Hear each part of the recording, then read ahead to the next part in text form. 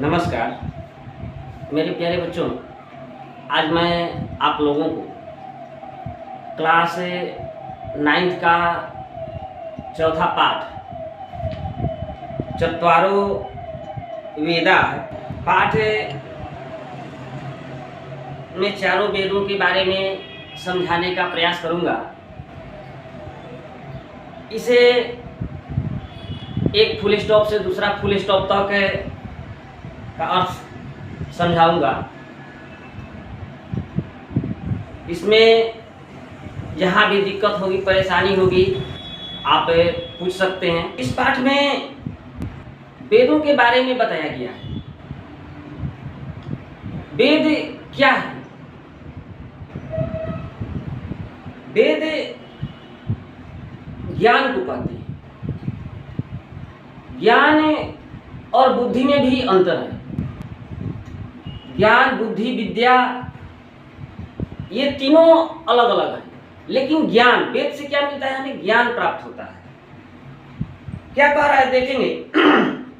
इसे शुरू से अंत तक जरूर देखेंगे, तब जाकर के आपको अच्छी तरह से समझ में आएगा। कह रहा है कि भारतवर्षस्य सांस्कृतिक निधिषु वेदा प्रधान पदम धारेण।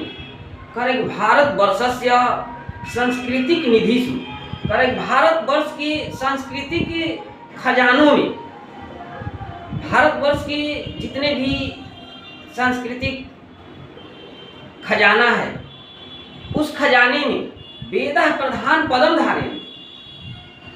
वेद जो हैं वे मुख्य स्थान प्राप्त करते हैं। वे सब में प्रमुख अपना स्थान रखते हैं। संसारस्य उपलब्ध ग्रंथेषु ते एव प्राचीनतमा सन्ति।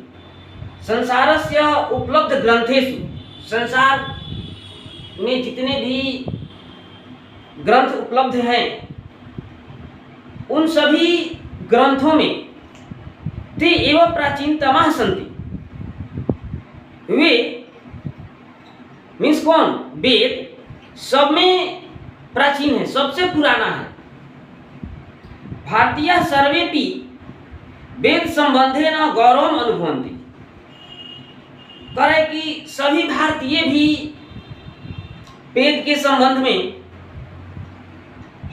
गौरव का अनुभव करते हैं कि वेद हम लोगों का, भारत का एक विशिष्ट देन है।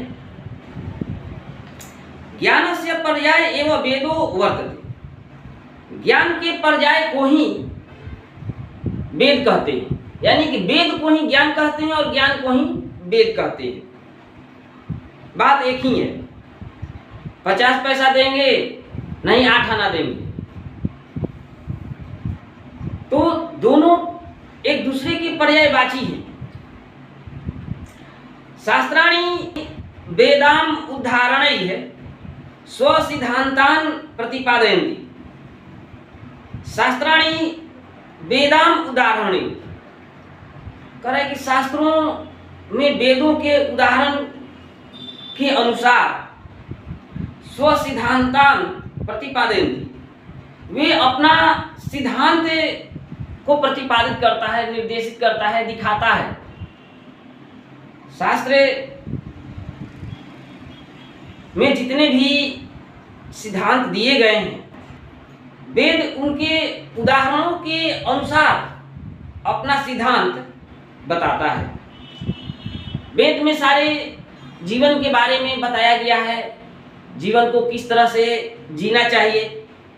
प्रस्तुत पाठे चतुर्णाम वेदानां स्वरूपम मुख्यम च प्रतिपाद्यम दर्शितम अस्ति। कह रहा है कि प्रस्तुत पाठ है, इस पाठ में मीन्स चत्वारो वेदा है, पाठ में चतुर्णाम वेदानां स्वरूपम मुख्यम च प्रतिपाद्यम दर्शितम अस्ति। मुख्य रूप से उनके स्वरूप को दिखाया गया है। आगे देखेंगे। अस्माकं प्राचीना संस्कृति वेदेषु सुरक्षिता वर्तते। कह रहे कि अस्माकं प्राचीना संस्कृति वेदेषु सुरक्षिता वर्तते। संस्कृति है, वे से र निकाल लेंगे, संस्कृति है वेदेषु सुरक्षिता वर्तते। कह रहा है कि अस्माकं प्राचीना संस्कृति वेदेषु सुरक्षिता वर्तते। मीन्स हमारी अस्माकं, हमारी प्राचीना संस्कृति, हमारी जो पुरानी संस्कृति है वो वेदेषु सुरक्षिता वर्तते, वेदों में ही सुरक्षित है। हमारी जो प्राचीन परंपरा है, संस्कृति है, वो सभी वेदों में सुरक्षित है। संसारस्य च प्राचीनतमं साहित्यम वेदेषु उपलभ्यते। कह रहा है कि संसारस्य प्राचीनतम साहित्यम, कह रहा है कि संसार के जितने भी पुराने साहित्य हैं, संसारस्य च, और संसार के प्राचीनतम पुराने साहित्यम, साहित्य वेदेषु उपलभ्यते, उपलभ्यते। संसारस्य च प्राचीनतम साहित्यम वेदेषु उपलभ्यते। मीन संसार के सबसे प्राचीन साहित्य वेदों में पाए जाते हैं या वेदों में उपलब्ध हैं। सप्त सिंधु प्रदेशे निवसन्तः ऋषयः तत्कालिके सर्वज्ञानम वेद रूपम अधारयन्। कह रहा है कि सप्त सिंधु प्रदेशे निवसन्तः, सप्त सिंधु प्रदेश में रहने वाले ऋषयः तत्कालिक सर्वम ज्ञानम वेद रूपम अधारयन्। सप्त सिंधु प्रदेश में रहने वाले तत्कालिक ऋषि, मीन्स उस समय के ऋषि, सर्वम ज्ञान, अपने सभी ज्ञानों को वेद रूपम आधार, वेद के रूप में सुरक्षित कर दिए या वेदों में वर्णित है। इसको इस प्रकार से हम कह सकते हैं कि हमारी प्राचीन संस्कृति वेदों में सुरक्षित है और संसार का सबसे प्राचीन साहित्य वेदों में पाया जाता है। सप्त सिंधु प्रदेश में रहने वाले तत्कालीन ऋषियों का सारा ज्ञान वेदों में वर्णित है। विशेषतो यज्ञ संचालनाय एकस्यापि वेदस्य चत्वारि रूपाणि कृतान्यासन्। कह रहा है कि विशेषतो मीन्स विशेष रूप से यज्ञ संचालनाय, यज्ञ के संचालन के लिए या पूजा पाठ करने के लिए एकस्यापि मीन्स एकस्य प्लस अपि मीन्स एक का भी वेदस्य, वेद का चत्वारि रूपाणि कृतान्यासन्।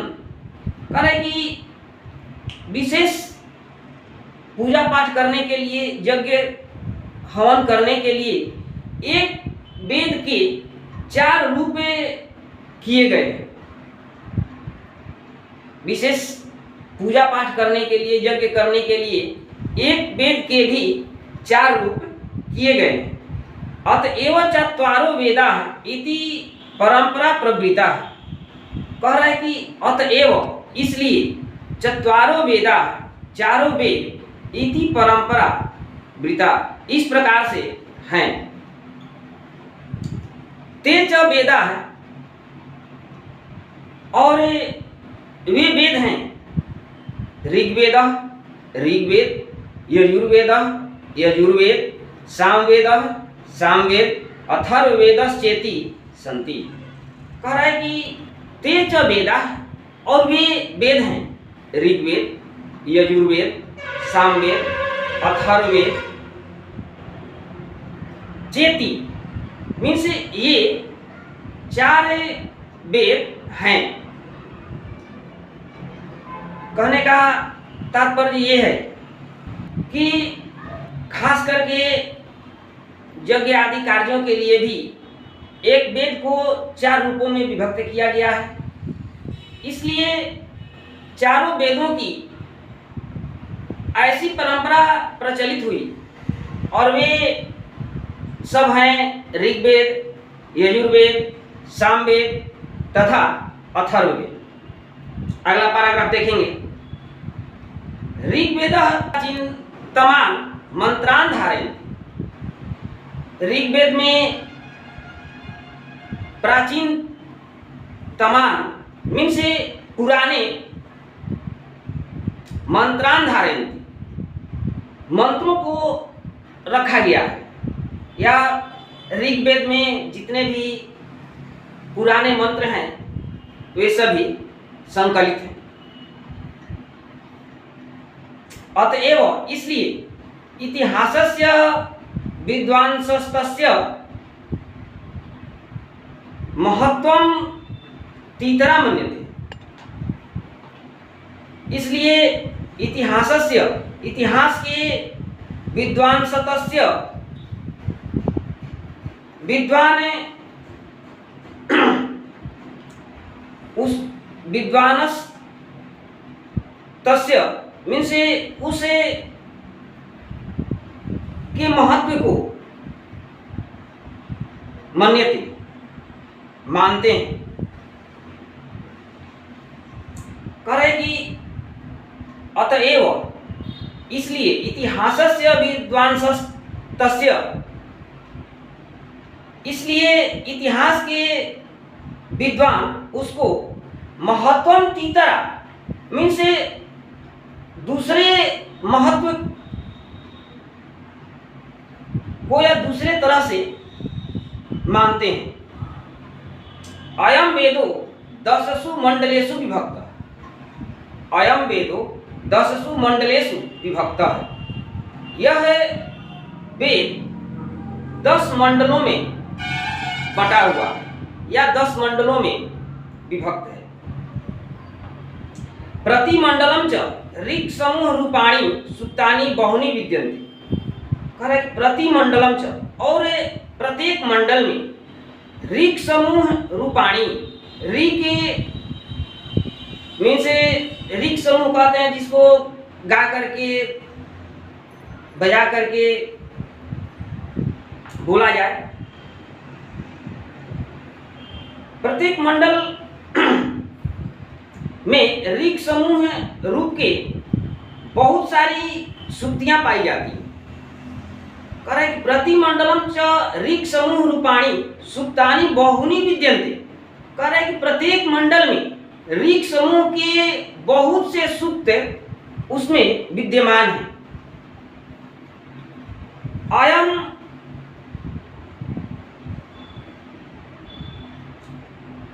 सूक्तानां देवता ऋषय छंदासी च पृथक सन्ति। सूक्तानां देवता और सूक्तों के देवता ऋषय ऋषि, छंदासी च और छंद पृथक सन्ति, च पृथक सन्ति अलग अलग है। कह रहा है कि सूक्तों में देवता ऋषि तथा छंद अलग अलग है। संपूर्ण ऋग्वेदे 1028 सूक्तानि 10,552 ऋचः वर्तन्ते। संपूर्ण ऋग्वेद में 1028 सूक्त और 10,552 ऋचा मीन्स श्लोक है। ऋचा एवं मंत्र अपि कथ्यन्ते। ऋचा को ही या ऋच को ही मंत्र भी कहते हैं। ऋग्वेदे देवानां आवाहनार्थम मंत्र इति कर्म कांडो प्रयोगः। कह रहे ऋग्वेदे देवानां आवाहनार्थम मीन्स ऋग्वेद में देवों के आवाहन के लिए, देवताओं को बुलाने के लिए मंत्रा इति कर्म कांडो उपयोग है। इसको तोड़ देंगे होता है कर्म कांडो, कर्म कांड प्लस उपयोग है। तो कर्म कांड में उपयोग किए जाते हैं, यानी कि ऋग्वेद में देवताओं के आवाहन के मंत्र हैं। उस मंत्र को यज्ञ कार्य में, पूजा पाठ में देवताओं को बुलाने के लिए किया जाता है। ऋग्वेद में देवताओं के आवाहन बुलाने के लिए मंत्र यज्ञ कार्य में गाए जाते हैं, उनको प्रसन्न करके बुलाया जाता है। यजुर्वेद शुक्ल कृष्ण रूपेण द्विविध, कह रहा कि यजुर्वेद शुक्ल कृष्ण रूपेण द्विविध। यजुर्वेद जो है वो दो रूप में विभक्त है, कृष्ण यजुर्वेद और शुक्ल यजुर्वेद। कह रहा है कि यजुर्वेद शुक्ल कृष्ण रूपेण द्विविध। यजुर्वेद शुक्ल यजुर्वेद और कृष्ण यजुर्वेद करके दो प्रकार के होते हैं। प्रायेण शुक्ल यजुर्वेद है एवं उत्तर भारते प्रचलित है। कह रहा है कि प्रायः शुक्ल यजुर्वेद एवं ही उत्तर भारते प्रचलित। प्रायः शुक्ल यजुर्वेद ही उत्तर भारत में प्रचलित है। तस्मिन् 40 अध्यायाः सन्ति, उसमें 40 अध्याय हैं। तस्मिन् मीन्स उनमें 40 अध्यायाः सन्ति, उनमें 40 अध्याय हैं। अध्याये स्वनेके गद्य पद्यात्मका मंत्रा सन्ति। अध्याय प्लस अनेके कर देंगे, अध्याय न प्लस अनेके मीन्स अध्याय में अनेक गद्य पद्यात्मका मंत्रा सन्ति। गद्य और पद मीन्स कविता और कहानी के रूप में मंत्र हैं। तेषु मुख्यतो विविध कर्म संपादनाय विधयो दर्शिता, जिसमें मुख्य रूप से विविध कर्म संपादनाय विभिन्न कर्मों को करने के लिए विधि दर्शिता, विधि बताया गया है, मंत्र बताया गया है। यजुर्वेदस्य अर्थ एवं वर्तते यज्ञ वेद। कह रहा है कि यजुर्वेद का अर्थ ही यज्ञ वेद होता है। यजुर्वेदस्य अर्थ एवं वर्तते यज्ञ वेद। यजुर्वेद का अर्थ ही यज्ञ वेद होता है। प्रचलिते शुक्ल यजुर्वेदे, जो प्रचलित शुक्ल यजुर्वेद है, प्रचलित शुक्ल यजुर्वेदे 1975 मंत्रा संकलिता है। कह रहा है कि इस समय जो यजुर्वेद है या जो प्रचलित यजुर्वेद है उसमें 1975 मंत्र दिए गए हैं। उसमें 1975 मंत्र दिए गए हैं या संकलित है। यज्ञस्वस्य वेदस्य व्यापकः प्रयोग। यज्ञस्वस्य वेदस्य व्यापकः प्रयोग। यज्ञ में इस वेद का व्यापक रूप से प्रयोग होता है। इस वेद का मीन्स यजुर्वेद का उपयोग यज्ञ आदि कार्यों में होता है। देख करके सुन करके समझने का प्रयास करेंगे। अच्छा लगेगा लाइक शेयर कमेंट सब्सक्राइब जरूर करेंगे। थैंक यू, धन्यवाद।